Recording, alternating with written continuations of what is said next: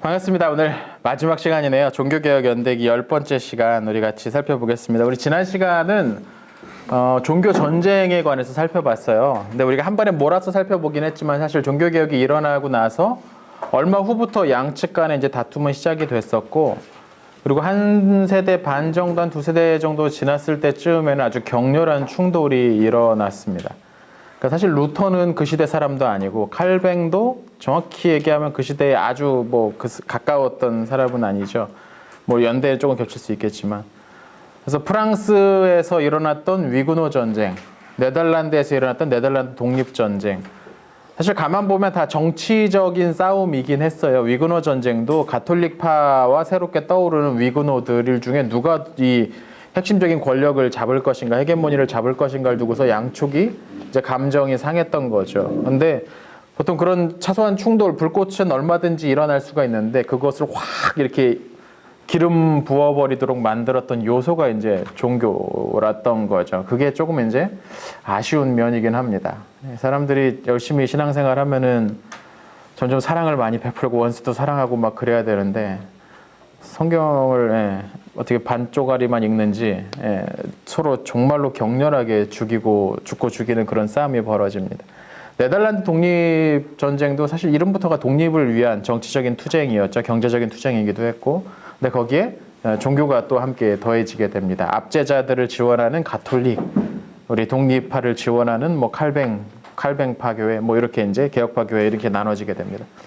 그리고 30년 전쟁의 직접적인 원인이 되었던 것은 보헤미아에서 있었던 일이죠. 보헤미아의 왕을 누구로 세울 것인가를 두고서 강력한 가톨릭 교도였던 합스부르크 가문의 강력한 가톨릭 교도였던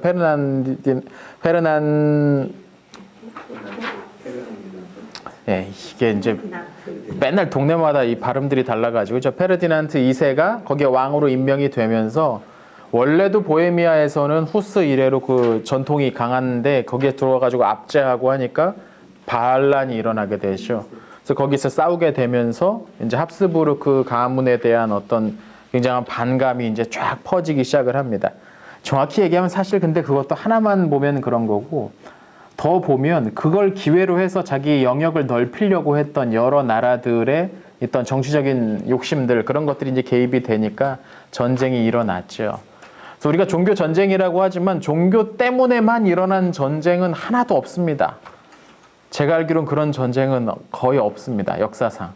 대부분 거기엔 뒤집어 보면 권력 관계의 문제들 내지는 경제적 착취 뭐 이런 문제들, 이런 것들이 거기에 이제 많이 개입되거든요. 근데 여튼 이제 이름은 종교 전쟁이고 사람들도 다 이제 그렇게 알죠. 그래서 맨날 이제 교회 욕하는데 이제 종교 전쟁을 사용하는데, 조금 변호를 하자면 교회도 좀 억울합니다. 교회도 워낙에 정치적인 어떤 그런 상황에 종속되다시피 해버리니까 정치 권력과 교회가 적당한 거리를 유지하지 못하고 있으면 종속돼 버리게 되거든요. 대개 교회가 종속돼요, 정치 권력에. 그렇게 되면 정치 권력이 움직이는데 교회도 끌려다니면서 같이 이제 이름만 빌려주는 그런 꼴이 되어버리는 거죠. 절대 이름을 빌려주시면 안 됩니다. 통장도 회사도 절대 이름 빌려주면 안 됩니다. 그거 이제 큰일 날 짓이죠. 그래서 거리를 적당히 유지하는 게 참 중요하지 않나라는 생각이 듭니다. 마틴 루터 킹이 그런 얘기를 했어요. 교회는 국가의 시녀가 아니라고. 국가의 감시자가 돼야지 국가의 시녀가 되어서는 안 된다. 그렇습니다. 적당히 거리를 유지하면서 그렇게 해야 되는데, 자꾸만 우리나라의 현실도 보면 그 선을 찾고 경계를 무너뜨리는 여러 시도들이 자꾸 보이는 것 같습니다. 이거 조금 위험한 일일 겁니다. 자, 그렇게 이제 여튼 지난 시간에 그래서 종교 전쟁과 관련된 이야기를 쭉 나눠봤습니다. 종교 전쟁 이후에 이제 어떤 일이 일어났는가에 대해서 오늘 살펴볼 건데, 아직 전쟁이 하나 남았어요. 그래서 종교 전쟁 그 시즌이 이제 끝나고 나서 이렇게 자매품처럼 이렇게 따라오는 전쟁이 하나가 더 있었는데, 먼저 영국의 상황을 좀 같이 먼저 살펴보고, 그 다음에 종교 전쟁 이후에 이제 교회 상황에 대해서 어땠는지에 관한 설명, 오늘은 그런 식으로 진행을 해보려고 합니다. 교재 55페이지 보시면요, 오늘 배울 연대는 1570년부터 1700년경까지 좀 기네요. 한 130여 년 이야기를 좀 살펴볼 겁니다. 주요 인물로는 올리버 크로멜, 이름은 또 한 번씩 들어보셨을 겁니다. 호국경 이름 되게 멋있죠.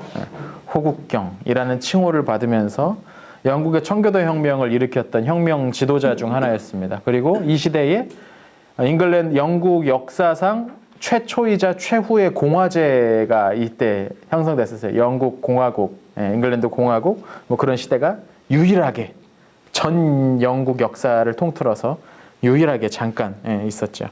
마테오 리치, 이분도 이름은 좀 들어보셨을 겁니다. 중국에 와서 사역했던, 활약했던 예수회 출신의 수도사, 선교사였습니다.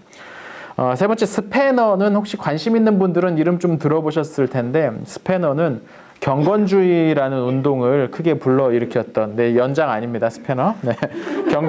경건주의라는 그런 신앙적 어떤 흐름을 만들어냈던 그런 유명한 분입니다. 자, 56페이지 보시죠.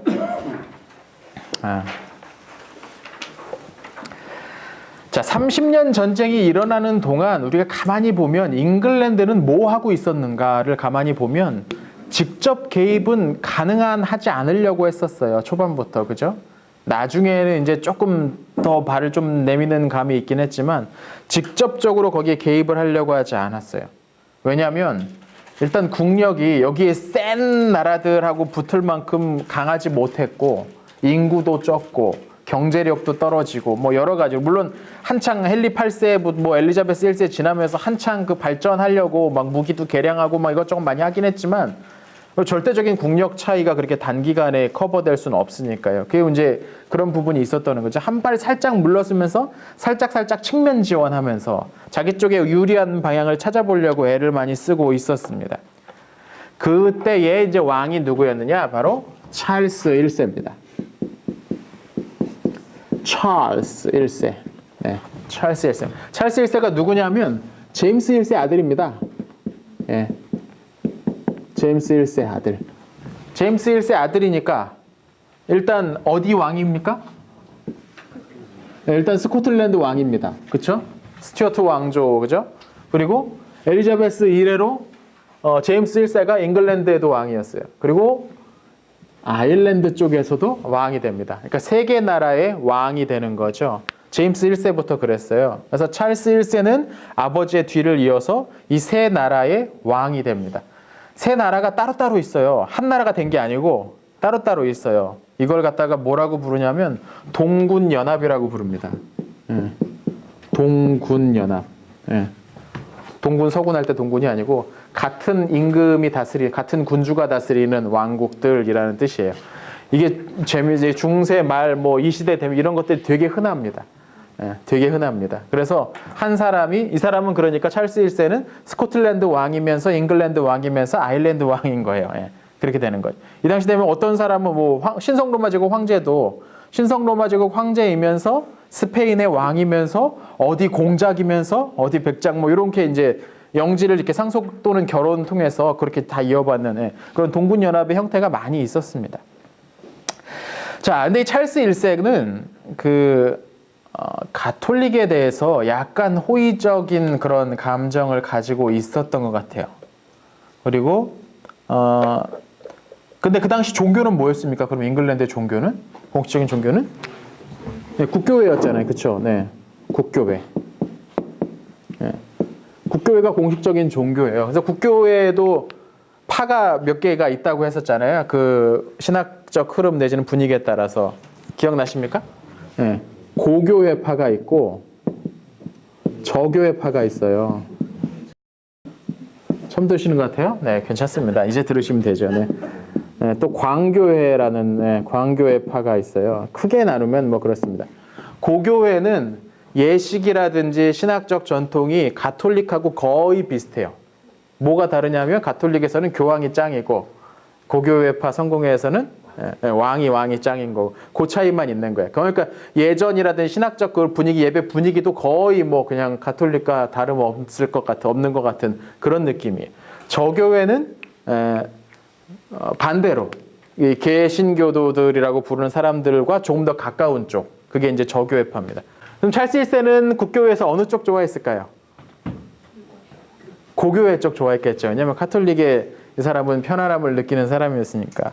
그래서 이 고교회파 이 성직자들, 고교회파 학자들, 신학자들을 데리고서 이 사람들, 그러니까 그런 차원에서의 그 교회를 이 나라 가운데 확장시키려고 했어요. 물론 이 사람은 그것만 했던 사람은 아닌데 우리는 교회 연대기를 배우니까 교회 쪽 이야기만 좀 집중해서 배우는 겁니다. 예. 그래서 그걸 확장시키려고 했어요. 잉글랜드는 당연히 뭐 국교회가 말 그대로 국교회니까 됐어요. 그 다음에는 스코틀랜드에도 퍼트리려고 했는데 스코틀랜드에는 누가 있습니까? 장로교도들이 있단 말이죠. 스코틀랜드엔 장로교도들이 있어요. 이 장로교도들은 칼뱅주의를 이어받은 사람들이에요. 그러니까 아주 강력한 개혁 성향을 가지고 있죠. 그러다 보니까 이 고교회파, 영국 국교회를 북쪽에다가 자꾸 전하려고 하고 강요하려고 하고 너네 이거 다 따라야 돼. 이 공동 기도서에 따라 예배 드려야 돼. 막 이렇게 강요를 하니까 북쪽에 있는 사람들이 화가 나죠. 반항을 합니다. 그래서 우리는 이걸 받아들이지 않겠다 해서 함께 모여서 언약파를 결성을 합니다. 그래서 이 언약파 결성이 되니까 이 찰스로서는 저것들 뭐야, 내 말 안 들어, 내가 왕인데 해가지고 군대를 보내요. 근데 군대가 깨져버립니다. 1640년이에요. 군대가 깨져버려. 잉글랜드 군대가 스코틀랜드에 올라갔다가 깨져버려요. 이 정노파 군대에게 깨져버립니다. 그래서 이제 군대를 또 모집을 해야 되는데 어디서 모집하냐면 이번에 아일랜드에서 데려와요. 아일랜드는 전통적으로 가톨릭 성향이 강해요. 그러니까 아일랜드에서 군대를 모집해 왔다는 것은 이 군대는 가톨릭 성향이 강한 군대, 대부분 가톨릭 교도들일 거예요, 그 군대 자체가. 그래서 그걸 데리고서 북쪽에서 이제 올라오게 되는 거죠. 근데 이게 이제 양쪽에서 반감을 삽니다.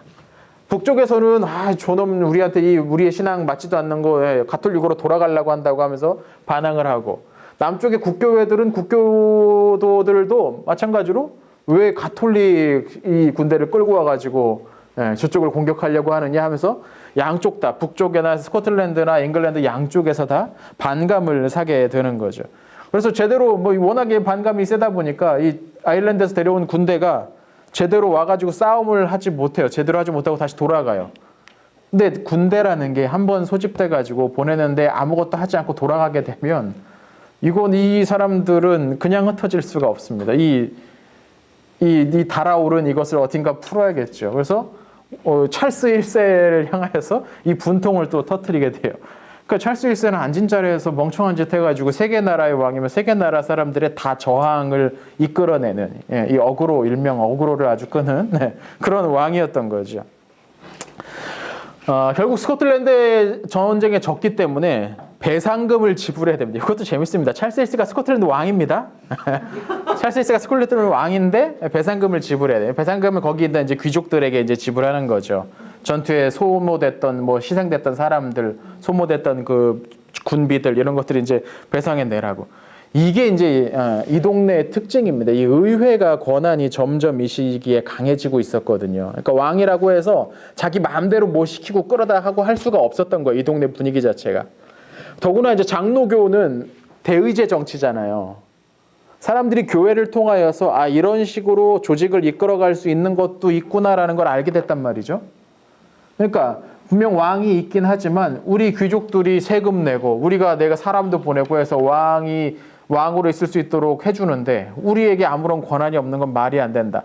그러니까 이 장로교의 이 교회 정치 방식이 이 북쪽에 있는 스코틀랜드의 이 귀족들의 생각에도 영향을 많이 줬던 거죠.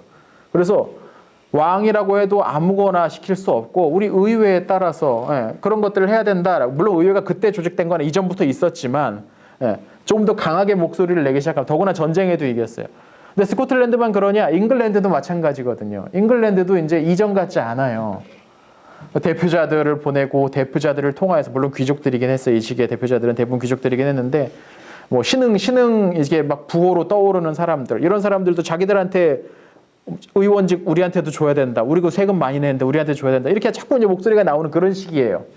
그러니까 이제 왕이 찰스 1세가 전쟁 배상금을 지불해야 되니까 이제 돈을 내려면 국고 지출이 있으려면 의회가 소집돼서 허락이 있어야 된단 말이죠. 그래서 의회를 소집을 해가지고 이제 돈 좀 줘라. 내가 스코틀랜드의 전쟁에 져가지고 배상금을 줘야 된다라고 이야기하니까 이 잉글랜드 의원들이 네가 잘못해놓고 왜 우리한테 돈 달라고 그러냐? 우리 가지 말라고 그랬잖냐? 하면서 이제 툭툭대면서 이제 말을 안 듣는 겁니다. 더구나 이때 당시 잉글랜드에도 이 장로회파 귀족들이 많이 있었다, 상당수 진출해 있었다는 거죠. 그러면서 왕이 돈 좀 달라니까 돈을 주긴 할 텐데 그러면 먼저 이런 법률 먼저 통과시키십시오. 라고 이제 자기들 요구 조건을 먼저 내걸기 시작합니다. 이게 뭐냐면 뭐 거기 나와 있죠. 3년에 한 번씩은 무조건 의회를 개최해야 되고 한 번 의회가 열면 의원들이 이제 폐회합니다라고 동의하기 전까지는 의회를 닫을 수가 없게 되는 그런 법률을 요구해요. 그런데 당장 돈이 필요하니까 그걸 안 받아들일 도리가 없죠. 그래서 받아들이게 되는 거죠. 이제 의회의 권한이 이전과는 비교가 안 될 정도로 점점 세져 버렸다는 거예요. 근데 이제 그렇게 해서 아무튼 이 찰스 1세는 그러면 의회를 좋아했겠습니까? 싫어했겠습니까? 싫어했죠. 저것들 진짜 지것들 내가 왕인데 왕 대접도 안 해주고 막 그러고 있었어요. 아마 기분이 되게 안 좋았어요. 근데 이 의원들이 한 발 더 나갑니다. 왜 자꾸 한 발 더 나가는지 모르겠어요. 적당하게 이제 좀 나가야지. 자꾸 한 발을 더 나가요. 그 찰스 1세 부인이 누구냐면 프랑스 출신이었어요. 프랑스 여자였어요. 프랑스는 종교가 뭡니까? 가톨릭이에요. 그래서 이제 찰스 1세도 가톨릭에게 조금 우호적인 감정을 갖고 있었는데 왜 왕이 가톨릭 여자를 데려다가 왕비로 삼냐. 이거 문제가 있다라고 막 비난을 하기 시작을 합니다. 그러니까 찰스 1세가 내가 서러워가지고 내가 돈이 없어가지고 내가 그렇지 하면서 돈 달라고 해가지고 겨우 그거 해놨는데 겨우 이제 돈 받았어요. 이제 돈도 받고 배상했으니까. 저놈들 이제 하면서 자기 병력들 데리고서 많지도 않아요. 소수 병력들 데리고서 의회를 습격합니다. 1641년이에요. 그렇게 되면서 왕을 지지하는 왕당파와 의회파 사이에 내전이 일어나기 시작합니다. 잉글랜드 내전이 일어나기 시작하는 거예요. 그러니까 잉글랜드 내전이 일어나는 원인은 스코틀랜드랑 전쟁했다가 져서예요. 스코틀랜드에 특히 이제 스코틀랜드가 왜 전쟁했느냐? 종교적인 부분에 있어서 강압적으로 누르려고 했기 때문인 거죠. 그러니까 하지 말아야 돼요. 그런 것들은. 근데 왕당파랑 의회파랑 막 치열하게 내전을 벌이는데 누가 이기냐면 의회파 쪽이 이기게 됩니다. 그때 당시 의회파의 지도자가 올리버 크로멜이었어요. 크로멜. 그래서 전쟁에 점점점 밀리더니 마침내 1647년에는 찰스 1세가 체포됩니다. 포로가 돼요. 그래서 감옥에 갇히게 됩니다. 그런데 찰스 1세가 아일랜드 사람들의 지원을 받아가지고 다시 나와서 자기의 군대를 몰고서 아일랜드 군대를 몰고 다시 한번 붙게 돼요. 종교 지금 상황을 잘 보셔야 돼요. 아일랜드는 가톨릭 교도들이 많아요. 찰스 1세는 가톨릭에 우호적이고 부인은 또 가톨릭 교인이에요. 그러니까 이 아일랜드 군과 함께 아일랜드 군과 의회파 사이에 다시 싸움이 벌어집니다. 근데 여기에서도 또 져요. 찰스 1세가. 싸움은 못했나 봐요. 또 집니다. 결국에 1649년에 찰스 1세가 처형됩니다. 이때 그의 나이가 몇 살이었냐면 49살이었어요. 젊은 나이였죠. 아들들도 있었어요. 아들, 딸들이 있었는데 아들, 딸은 어디로 도망갔겠어요? 지금까지 분위기로면? 프랑스로 도망가야죠. 아일랜드는 섬도 쪼만해서 금방 가서 할 수 있어요. 도망가려면 프랑스죠. 엄마 쪽인 프랑스로 가야겠죠. 이 자식들이 다시 한번 나중에 큰 일을 벌입니다. 자, 이제 그래서 크로멜이 왕을 죽여버린 거예요. 왕을 처형한 거예요. 그죠? 킹슬레이어가 된 겁니다. 왕을 죽여버립니다. 그리고서 우리나라에 더 이상 왕은 없다. 우리나라는 이제 사람들의 지혜를 모아서 다스리기로 한다. 해서 전격적으로 공화정을 선포합니다. 이게 영국 역사상 최초이자 최후의 공화정 시대입니다. 지금까지도 영국은 입헌군주국이잖아요. 입헌군주국. 사실상 뭐 민주주의 국가이긴 하지만 공화제 국가는 아니에요. 왕이 여전히 있어요. 근데 이때는 왕이 없는 시대가 이제 시작이 된 거예요. 근데 문제가 뭐였냐면 이 크로멜이 공화제를 선포하고 나서 사실 이 전쟁에서 이 내전에서 이기는데 최고 공을 세운 게 크로멜이잖아요. 그럼 당연히 최고 높은 자리에 올라가야 되겠죠. 그래서 이제 받게 된 그 별명이 그 명예가 호국경이에요. 나라를 지키는 호국. 호국경이라는 칭호를 받습니다. 그래서 나라를 다스려 가는데 이 사람이 보기에 얘네들이 하는 게 정말 나만한 사람이 없는 거예요. 올라오니까 나만한 사람이 없어요. 그러니까 이제 자기 뜻대로 이제 다스리기 시작했는데 여기서도 이제 또 문제가 있었는데 뭐냐면 의회파 내에 두 개의 분파가 있었어요. 분파가. 하나의 분파는 아주 독립파라고 강력한 왕정은 아예 그냥 왕당파가 있었다면 왕정은 아주 치가 떨려 그놈들은 왕 같은 놈은 있으면 안 돼라고 했던 쪽이고 또 한쪽은 장로파입니다. 이 사람들은 왕이 있어도 나쁠 건 없잖아. 우리랑 말 잘 해가지고 대화 잘 해서 그렇게 풀어나가면 되는 거지. 왕 자체가 나쁜 건 아니야 라고 주장했던 사람들이거든요. 근데 저 안에서 크로멜은 어느 파였냐면 독립파 쪽에 속해 있었어요.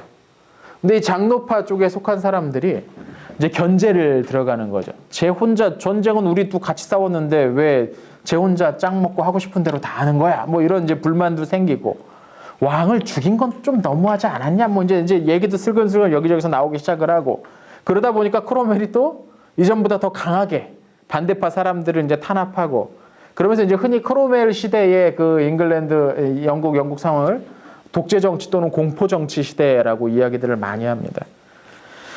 그런데 한편으로 이 크로멜은 되게 신앙에 있어서만큼은 되게 열심히 있었던 사람인 것 같아요. 기도도 되게 열심히 하고 이때 당시 이탈리아쯤에서 그 개혁교회에 있는 어떤 동네를 습격해가지고 굉장히 많은 사람들을 죽이고 있었어요. 근데 이때 전격적으로 이 크로멜이 나서가지고 너네 그거 가만 안 두면 내가 거기 간다 하면서 막 이렇게 나설 정도로 비슷한 일이 아일랜드에서도 있었습니다. 1641년에 조금 전이죠. 이제 막 그 한창 관계가 서로 안 좋았을 때 그럴 때였죠. 1641년에 아일랜드 안에서 그 가톨릭 교도들이 특히 예수회 출신의 그 수도사들이 이 사람들을 부추겨가지고 아일랜드 안에 있는 개신교도들을 학살을 합니다. 굉장히 15만 명이 죽었대요 그때. 엄청 죽은 거죠. 그러니까 아일랜드 섬도 뭐 그때 당시 그렇게 크지도 않은데 15만 명이나 죽었으니까 엄청나게 죽은 거죠. 그렇게 많이 엄청나게 죽이고 이게 사건이 그러니까 그 날을 정해가지고 이 날에 모든 우리 섬 안에 있는 모든 이단들을 다 잡아 죽이자 해가지고 막 전국적으로 막 일어났던 거예요. 그 섬 안에서. 그래서 계속 죽임을 당하고 있는 거죠. 그때 이제 크로멜이 나선 거죠. 크로멜이 나서가지고 군대를 직접 몰고 가가지고 공격하는 사람들을 저지시켰던 인물이기도 합니다. 그러니까 평생 동안 이제 신앙적인 면에서는 되게 열심도 있었고 또 개신교인들이 막 핍박받고 막 이렇게 박해받는 데 가서 막 적극적으로 도와도 주고 막 그러니까 그런 인물이었어요. 근데 신앙에 열심히 있는 사람들이 종종 독선에 빠지기도 합니다. 정치적인 면에 있어서는 확실히 이제 공과는 좀 나눠서 생각을 해줘야 될 것 같아요. 정치적인 면에 있어서는 정치력은 조금 부족하지 않았나라는 생각이 좀 들어요. 완고한 어떤 강력한 자기 확신이 있었기 때문이었는지는 모르겠지만 그런 차원에서 조금 문제가 있기도 했었습니다.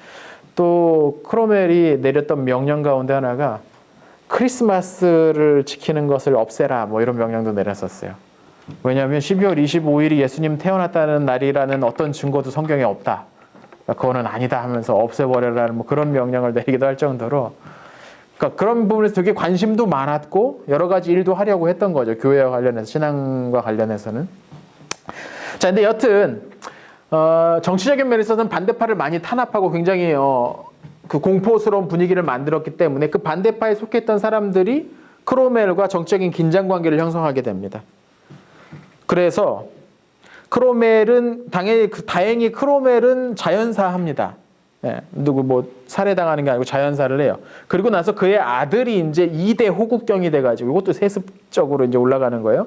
2대 호국경이 됐는데 아버지만한 카리스마가 없으니까 이제 상황이 바뀌게 된 거죠. 그래서 반대파에서 프랑스의 당시 망명에 있던 찰스 2세를 복귀시킵니다. 찰스 2세가 누구냐면 찰스 1세의 아들입니다.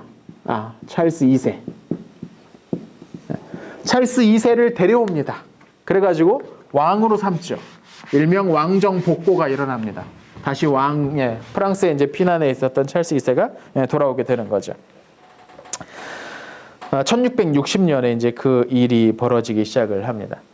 이때 이제 족보를 잠깐 좀 살펴보면은 찰스 2세의 동생이 제임스 1세라고 있어요. 아니다, 제임스 2세죠. 1세는 여기 있었으니까. 제임스 2세. 그리고 이 누나가 메리라고 있어요. 메리 공주. 근데 이게 이제 여기서 이 메리가 누구랑 결혼하냐면 빌럼 2세랑 결혼해요. 네, 빌럼 2세랑 결혼해요. 빌럼 2세는 누구냐면 프레데릭, 데릭의 아들인데 프레데릭의 아버지가 누구냐면 오라니의 공 빌럼 1세예요. 그럼 마우리츠는 어디 갔느냐? 베다른 형제예요. 베다른 형제예요. 둘이 이제 베다른 형제예요. 그러니까 빌럼 1세의 손자가 빌럼 2세인데 빌럼 2세랑 메리랑 결혼을 해요. 그 사이에 태어난 게 누구냐면 빌럼 3세. 영어식으로 읽으면 윌리엄 3세가 잉글랜드의 왕이 됩니다. 이 윌리엄 3세가 나중에 윌리엄 3세가 됩니다. 뭐 그 얘기는 여기에 나오는 건 아니니까. 근데 족보가 아무튼 그렇게 연결됩니다. 네덜란드 출신의 이 왕족이 네덜란드 왕이면서 이때는 영국의 왕, 잉글랜드의 왕이기도 하죠. 동군 연합이 그렇게 또 이루어지게 돼. 이런 식으로 이제 결혼을 통해서 이제 왕위가 막 이어지게 되는데, 자, 하여튼 찰스 2세 시절입니다. 찰스 2세에게로 넘어가게 되죠. 자, 한편 이제 이전에 좀 내전이 막 벌어지고 있을 때의 중요한 사건이 있습니다. 바로 1643년 웨스트민스터 성당에서 회의가 열리게 됩니다. 회의가 121명의 목사와 30명의 의회 의원들. 그러니까 이거 재밌습니다. 이 종교 문제 회의하는데 의회 의원들도 30명이 왔어요.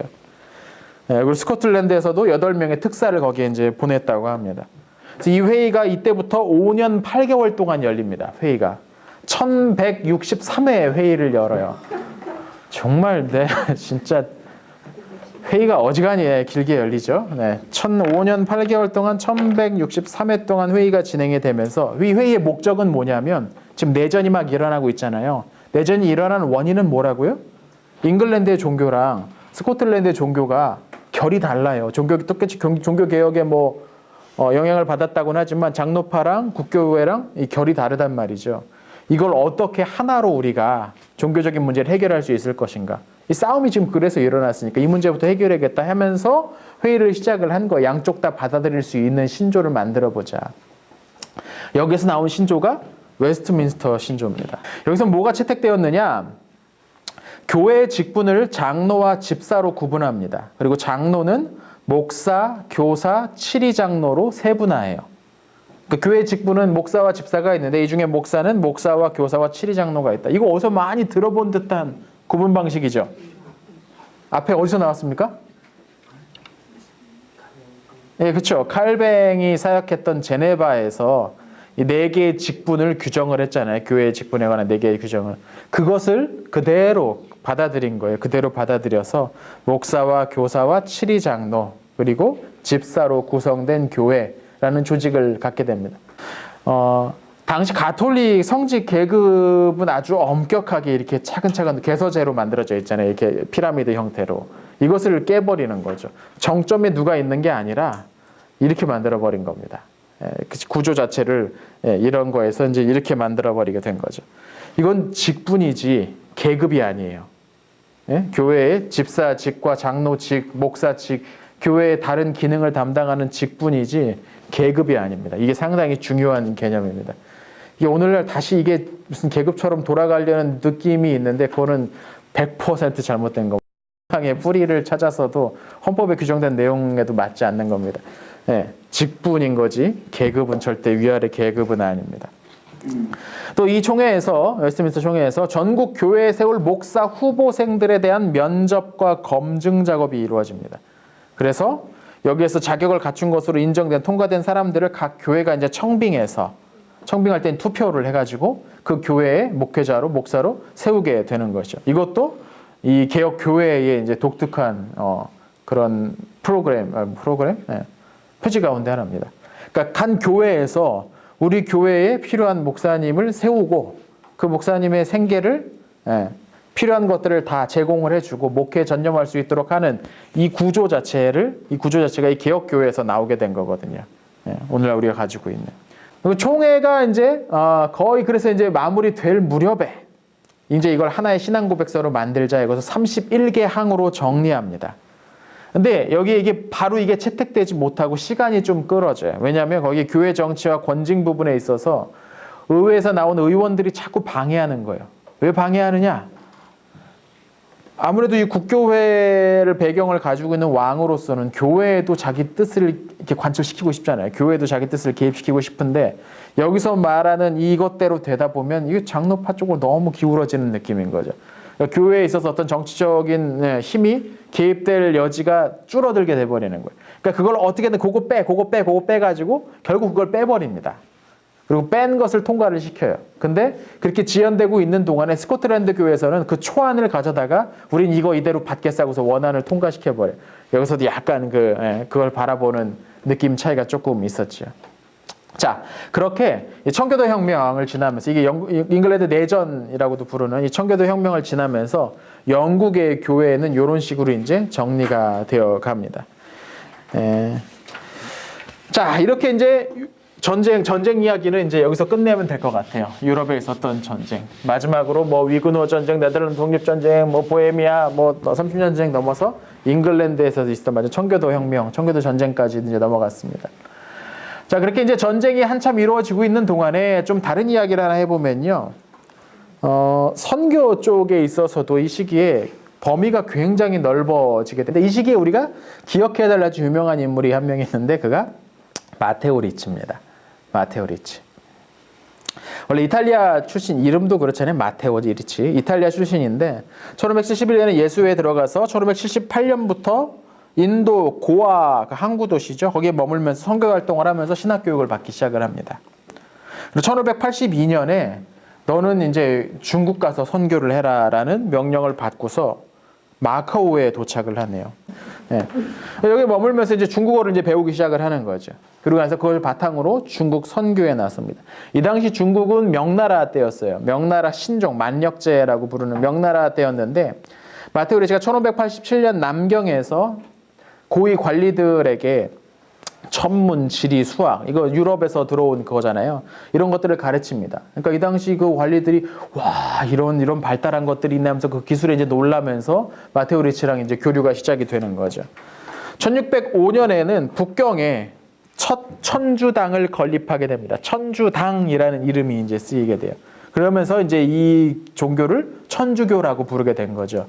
천주는 하늘에 있는 주님이란 뜻이고, 그 이름 자체는 마테오 리치가 천주실의라는 책을 쓰면서 확산되기 시작했던 것 같아요. 천주실의가 뭐냐면 성경 이야기를 중국에 맞춰서 현지화시킨 버전입니다. 중국 현지화 버전, 성경에. 그래서 우리가 믿는, 성경에 나온 우리가 믿는 이 신은 유교에서 말하는, 중국 유교에서 말하는 상제, 그분과 마찬가지다. 그러니까 이 사람이 가만히 있으면서 보니까 이 중국 사람들이 마음 가운데 있는 저 높은 하늘의 신, 뭐 이런 것들이 개념이 있는, 하늘의 신, 이런 개념이 있는 거예요. 그러니까 그분이 바로 하나님이다 라는 논리를 펴기 시작을 하는 거죠. 그리고 중국 고대 전설들도 막 인용하면서 인간 영혼의 특별함, 그리고 천국의 존재, 죽으면 천국 가고 지옥 갈 수 있다. 요 얘기가 중국에도 있어요. 옛날부터 있었잖아요. 그렇죠? 극락 가고, 그렇죠? 아니면은 뭐 저기 사실 지옥이라는 개념 자체도 얘기하자면 좀 얘기할 거리들이 좀 많이 있는데 우리가 생각하는 지옥의 개념과 성경에서 말한 지옥의 개념이 다릅니다. 우리가 생각하는 지옥의 개념의 상당 부분은 동양적 그 지옥 개념, 이제 저승과 지옥 개념이 이제 많이 오죠. 근데 여튼 그런 것들을 이제 비슷하게 이제 설명하면 이게 서로 다 비슷한 거다. 사실 우리가 믿는 게 너희가 믿는 것과 크게 다르지 않다 하면서 이 현지화를 적극적 현지화 전략을 핍니다. 그 당시 그 사람들이 이 새로운 지식, 이 새로운 서적에 아주 선풍적인 인기를, 이게 베스트셀러가 돼요, 이게. 1594년에 초판이 인쇄가 되고 나서 그 이후로도 몇 판, 재판, 3판, 4판, 몇 판 이렇게 계속 이제 퍼지기 시작을 합니다. 예수회는 유럽에 있을 때부터 고위층에게 침투하는 방식을 취했다고 그때 말씀드렸었어요. 교재도 나와 있었죠. 고위층에 침투해서 막 가정교사하고, 고위직과 이제 관계를 쌓으면서 종교개혁 세력이 퍼지지 못하도록 하는 게 유럽에서 주요 임무 가운데 하나였잖아요. 중국에 와서도 주요 전략이 그랬어요. 고위 계층에게 접근을 하는 거예요. 문제는 황제가 관심이 없는 거예요. 거기에 별 관심이 없어요. 뭐 어쩌라고 이렇게. 요새도 중국은요, 이거 청나라 때도 그런 얘기 있었는데, 영국이며 막 네덜란드며 막 배들이 와가지고 무역하자고, 중국에 와가지고 막 이렇게 우리 거 사라고 막 하잖아요.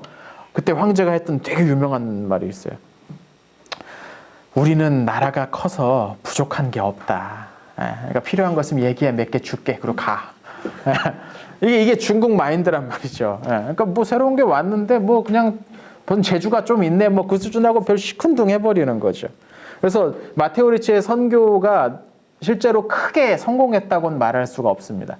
일부 사람들에게는 이제 전해졌는데 그 사람들의 관심도 대개는 서양의 기술들, 서양의 과학 지식들 이런 것에 국한되었다는 거죠.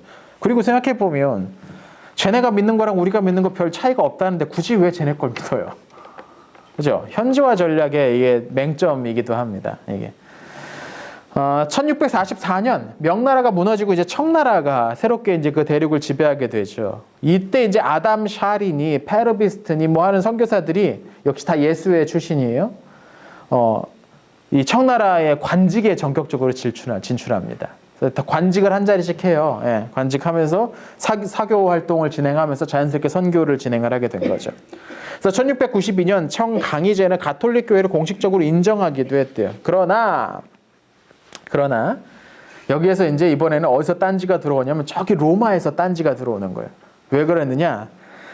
얘네들을 저기 멀리 보냈어. 연락도 잘 안 와요. 왔다 갔다 하려면 배만 타고도 몇 달씩 걸려요. 편지 한번 주고받는데 한참 걸려요. 그러니까 걔네가 거기서 뭐 하고 있는지 이쪽에서는 파악이 잘 안 돼요.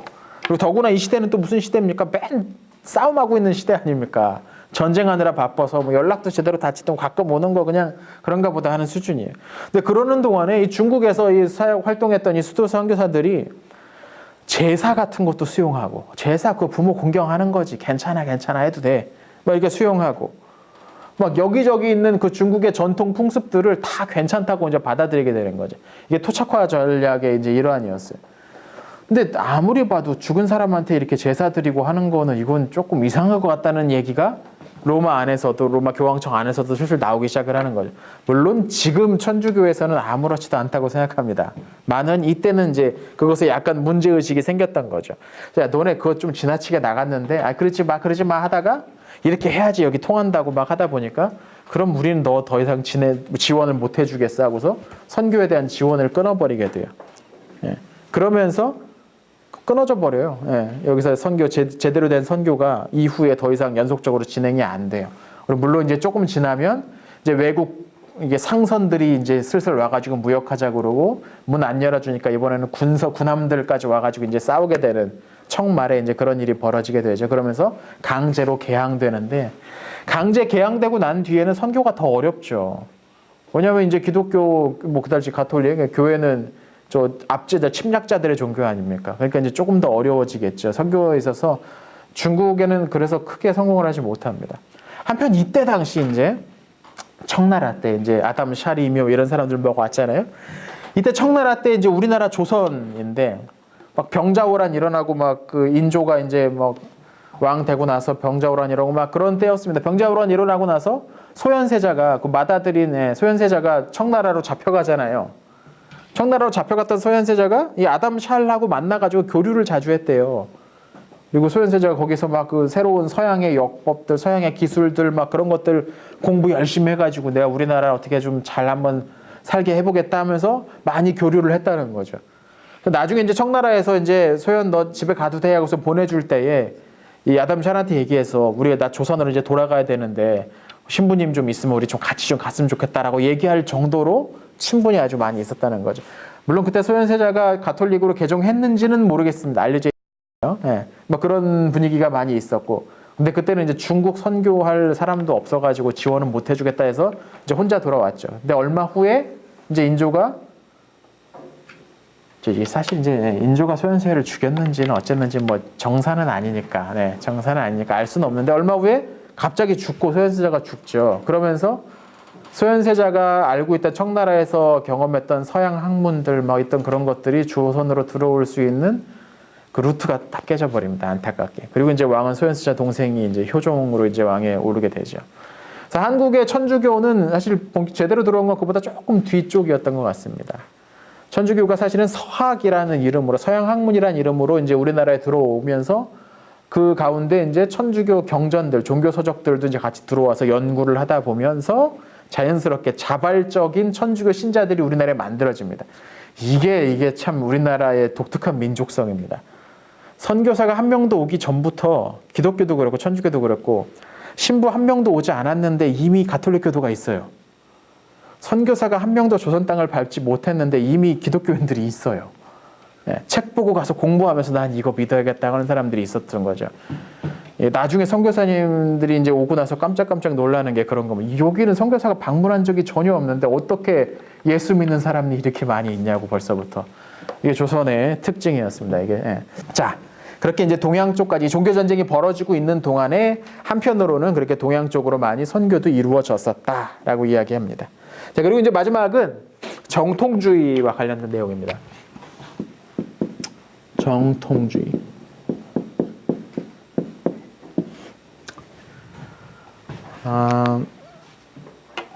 마르틴 루터가 세상을 떠났어요. 1546년에. 그리고 루터파 교회는 멜랑이톤, 루터의 동역자이자 후계자였던 멜랑이톤이 이끌게 됩니다. 근데 앞서도 제가 몇 번 말씀드렸던 것 같은데 루터는 앞에서 가자 하고서 막 이끌어가고 아니면 막 욕도 막 하고 막 그런 사람이에요.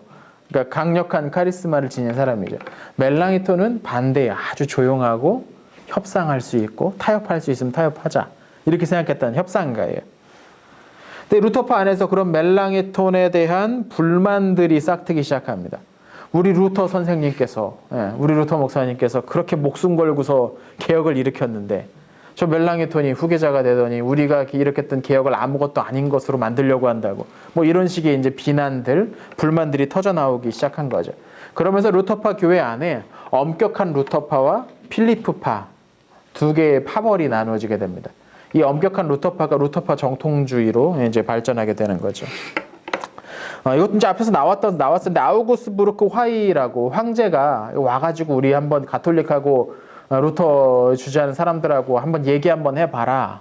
우리가 그렇게 다른 거냐 하면서 같이 모여서 같이 화의하자라고 했을 때도 루터파의 대표자로 멜랑이톤이 참여하죠.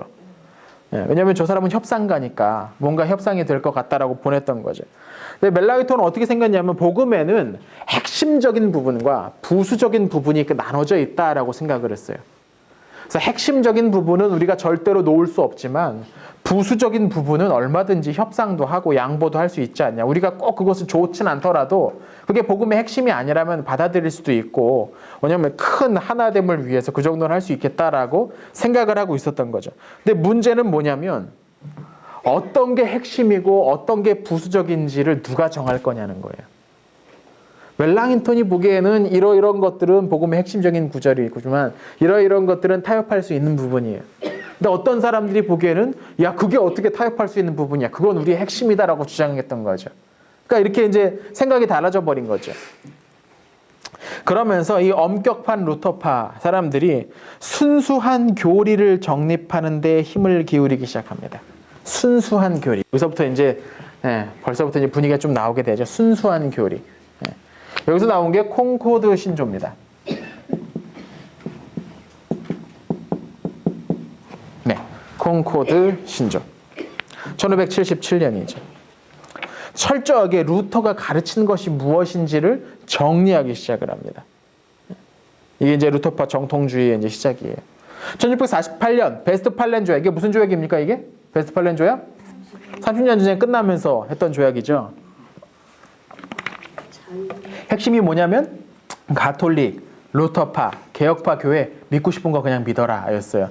그러면서 이전에는 종교개혁하면은 루터파, 독일에서 일어난 어떤 루터의 추종자들이 대표성을 띄었는데 이제 개혁파라고 불리는 사람들도 거기에 한 축이 된 거죠. 그러니까 루터파 사람들이 개혁파랑 우리는 뭐가 다른가? 우리의 독특함, 우리의 우월함 이런 것들을 정리해야겠다는 생각을 하게 되는 거예요. 쟤네는 루터랑 칼뱅은 서로 존경하고 그랬는데 그 후계자들인 사람들은 이제 자꾸 그래 이렇게 경쟁심 갖게 하면서 자기는 다르고 특별하고 이런 것들을 만들어내려고 하게 됩니다. 그러면서 아주 논리적으로 자신들의 신학을 정리하기 시작합니다. 엄격한 조직신학이 조직신학이 교리예요. 교리를 정리하는 신학이 조직신학이에요. 엄격한 교리를 정리하기 시작을 한 거죠. 이게 장점은 우리가 무엇을 믿는지 아주 선명하게 말하고서 알게 된다라는 점입니다. 단점은 너무 작은 것까지 그냥 엄격하게 자꾸 하나 붙들고서 막 서로 피터지게 싸우는 모습인 거죠. 지나치게 엄격한 부분, 작은 문제에 너무 집착하면서 교리에 그냥 바짝 붙어 있다 보니까 일반인들의 관심이 거기에서 떠나버리게 됩니다. 저기 가면 숨 막히는 거예요.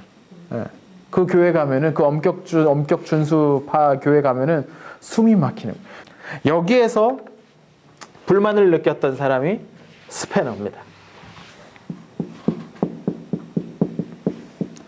원래는 루터파 목사였어요. 그래서 이런 상황에 불만을 느낍니다. 신앙이 지식이냐? 아니다.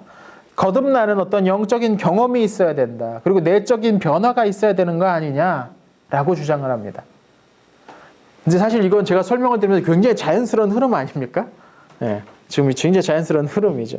교리를 아주 강조하고 지적인 부분을 대단히 강조하니까 그것에 대한 반발도 생기게 된 거죠. 어떤 영적인 경험들, 내적인 변화들, 이런 게 중요하다. 그럼 어떻게 그게 가능하냐? 성경을 깊이 읽고 믿는 대로 실천하고 그리고 철저하게 말씀으로 훈련받는 것이 필요하다라고 주장합니다. 이게 경건주의입니다. 근데 이것에 대한 비판도 있어요. 왜냐하면 경건주의가 지나치게 감상주의로 흐르고 있다라는 얘기입니다. 뭐냐면 아는 것보다 경험하는 게 중요하고 내 마음에 뭔가 느껴지는 게 중요하고 이렇게 가다 보면 옳고 그름에 대한 분별력이 떨어지게 되는 건 어쩔 수 없는 부분이에요. 정확하게 아는 것에서 정확한 행위가 나오는 것일 수도 있잖아요. 어떻게 보면. 그래서 감상주의적이라는 비판을 받기도 합니다. 또 어떤 사람들은 야, 너넨 이런 거 하냐 하면서 점점 영적으로 교만해지기도 해요. 그렇죠. 이제 쟤네들은 맨날 교리 갖고 싸운다고 비난하면서 자기들은 우월하다고 생각하다 보면 저것들보다 이쪽이 훨씬 더 중요한 거고 훨씬 더 우월해라는 어떤 교만함까지도 가게 되죠. 근데 그렇다고 해서 경건주의를 뭐 싸잡아 비난할 건 아니에요. 그런 사람들 중에 이런 사람도 있었다는 얘기인 거니까. 그래서 많은 사람들이 스패너의 가르침에 공감을 합니다. 그래서 1694년 할레 대학교를 세웁니다. 할레에다가 할레 대학교를 세워요. 10년 후 이제 프랑케를 후계자로 삼는데 프랑케 때 이 할레 대학이 아주 크게 발전합니다. 독일, 스칸디나비아, 동부 유럽 지역의 경건주의를 전포하는 중심지로 성장이 되죠.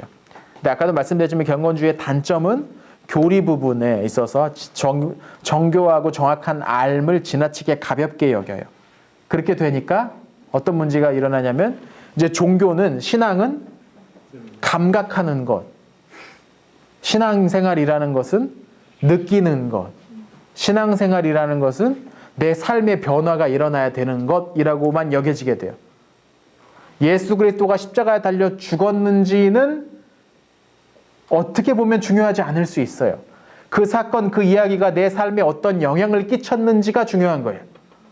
실제로 죽어서 부활하셨는지는 중요하지 않고 그렇다고 치자 그 문제도 사실 안 참아 이 사람들은. 그러니까 실제로 일어났는지 안 했는지 갖고 싸우지 않고 그 사건에 관한 이야기가 내 안에 어떤 변화를 일으켰는지에 좀 더 집중해야 된다.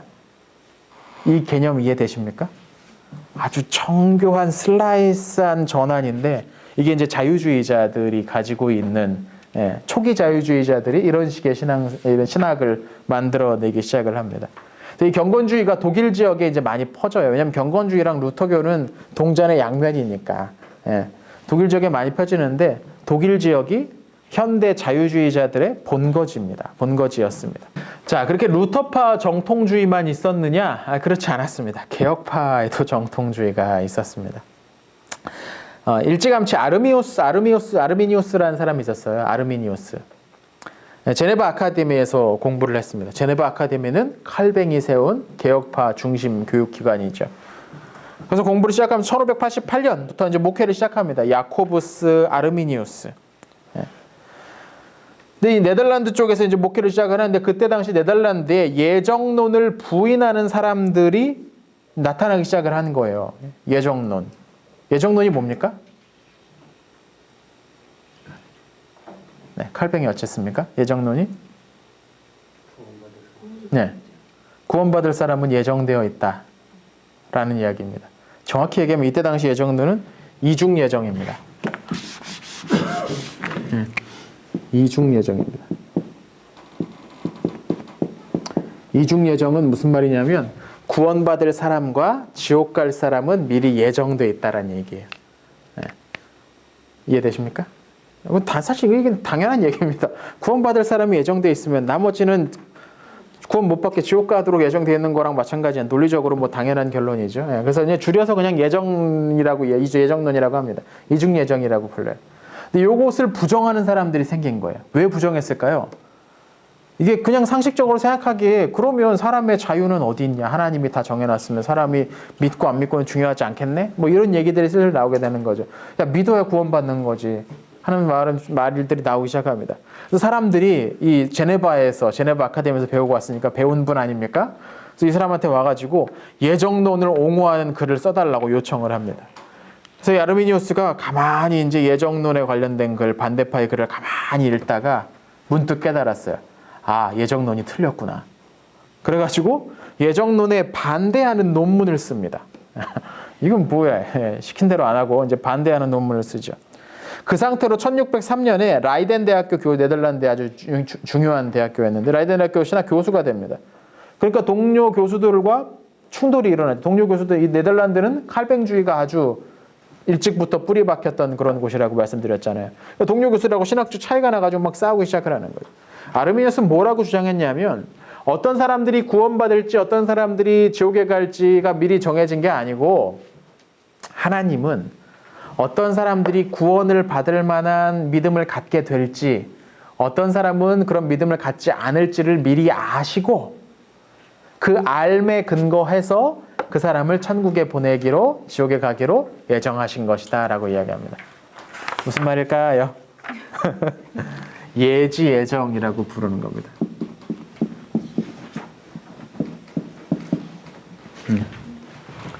예지가 먼저 오고 그 다음에 예정이 간다는 거예요. 예지는 먼저 알게 된다는 거죠. 뭘 알아? 이 사람이 믿을 거구나. 아, 얘는 2008년에 무슨 일이 있어가지고 얘는 예수를 믿게 될 거야. 그걸 미리 보고 얘를 구원받기로 예정하셨다는 거예요. 이것도 사실 논리적으로는 엄격하게 애매한 점이 많이 있긴 합니다. 이게 예지 예정입니다. 그래서 이중 예정 교리랑은 다른 주장을 하게 된 거죠. 예지 예정을 하게 된 이유는 뭡니까? 사람이 믿는 것, 자신의 결단으로 믿는 것이 중요하다는 생각이에요. 자신의 결정, 자유의지 뭐 이런 것들이 중요하다는 이야기죠. 그러니까 어떤 사람이 믿을지 안 믿을지는 그 사람이 정하는 거다. 근데 하나님은 그것을 미리 알고 계시기 때문에 그 사람 예정하신 것이다.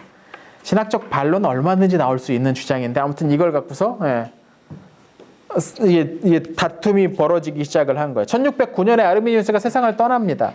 근데 그 이후에도 이 아르미니우스를 따른 아르미니우스주의, 소위 이제 알미니안이라고 부르는 영어식으로 아르미니우스주의가 사라지지 않고 네덜란드 교회 안에서 계속해서 이 논쟁이 벌어지게 되는 거죠. 그러자 이 문제를 해결하기 위해서 1618년 도르트 총회가 열립니다. 네덜란드 총회입니다.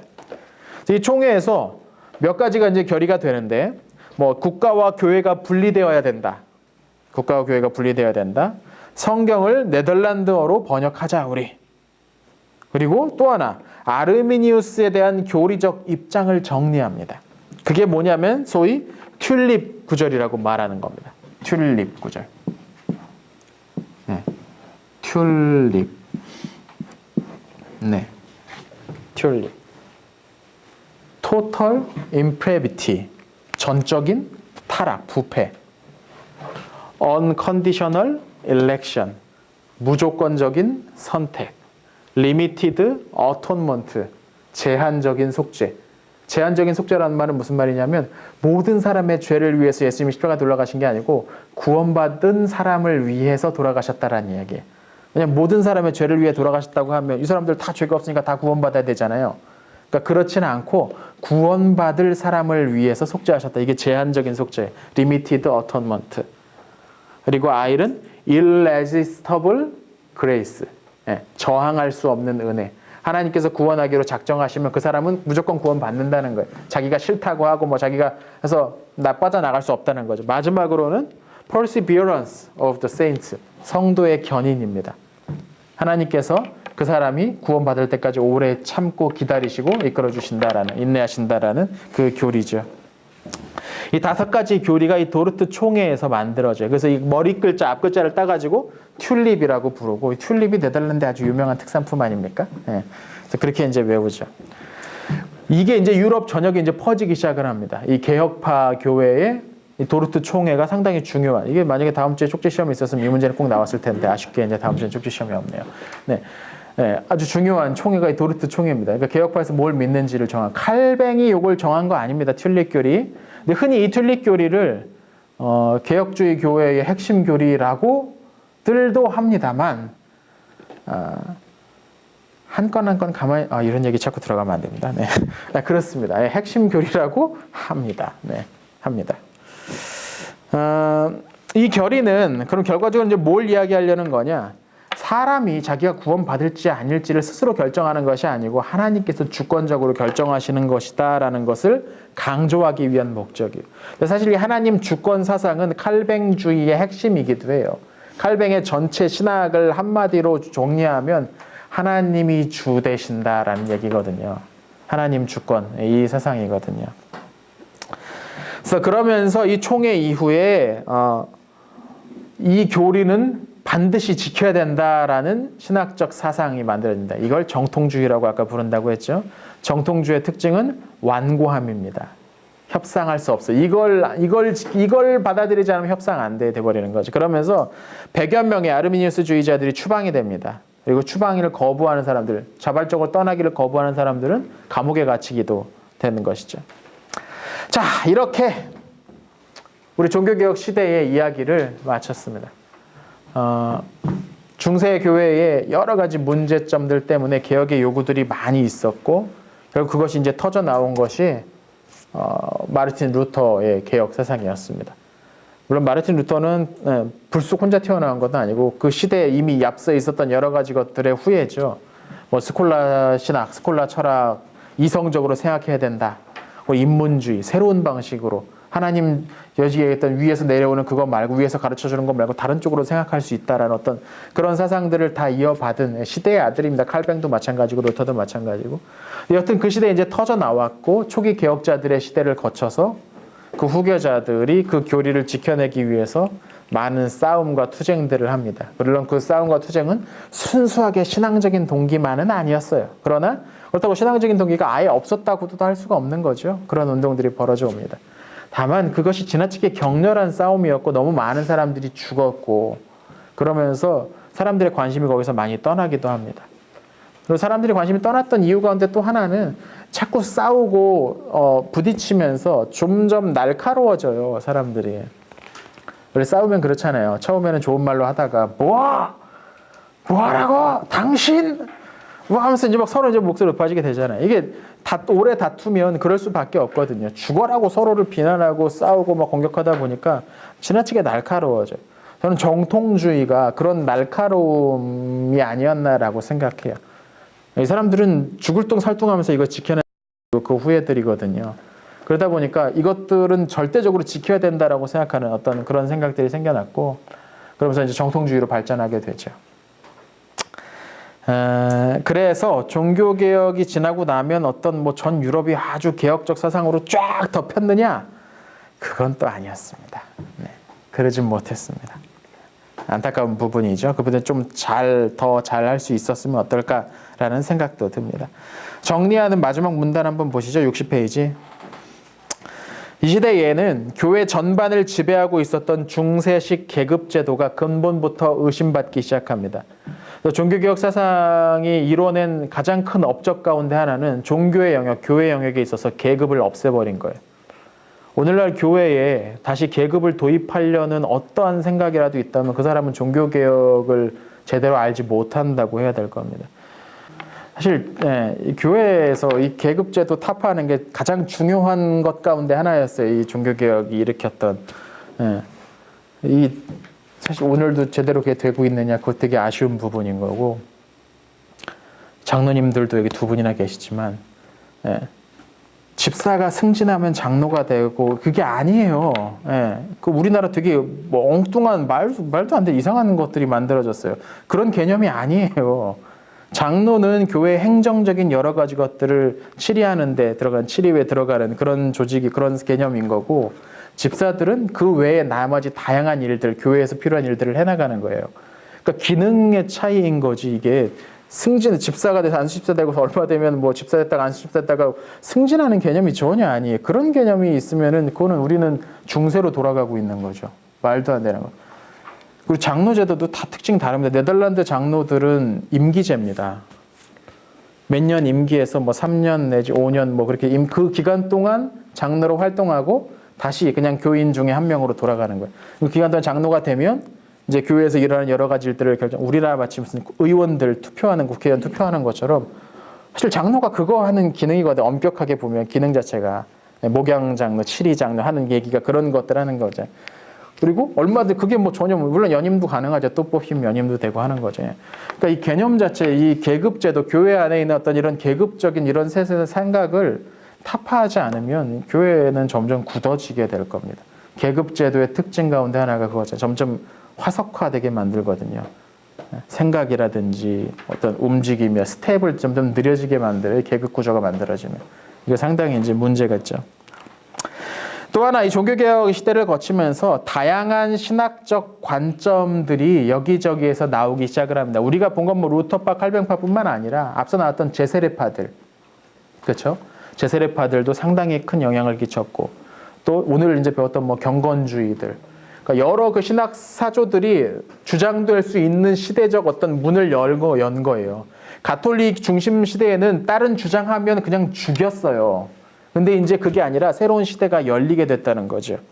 뿐만 아니라 또 하나 국가 종교, 국가 교회라는 개념도 슬슬 흔들리기 시작합니다. 물론 종교개혁 시대 이후에 국가 교회를 채택한 많은 나라들이 있어요. 뭐 스웨덴이라든 덴마크는 다 국가 교회를 채택을 했죠. 그 영국 국교회도 마찬가지고 네덜란드도 초기에는 그랬고. 근데 시간이 지나면 지날수록 이 국가 교회라는 개념은 점점 흩어집니다. 도르트 총회에서 결의된 게 뭡니까? 국가와 교회는 분리되어야 된다라고 주장을 하죠. 이것도 거기서 상당히 중요한 그런 거기서 나오게 된 상당히 중요한 포인트가 됐습니다.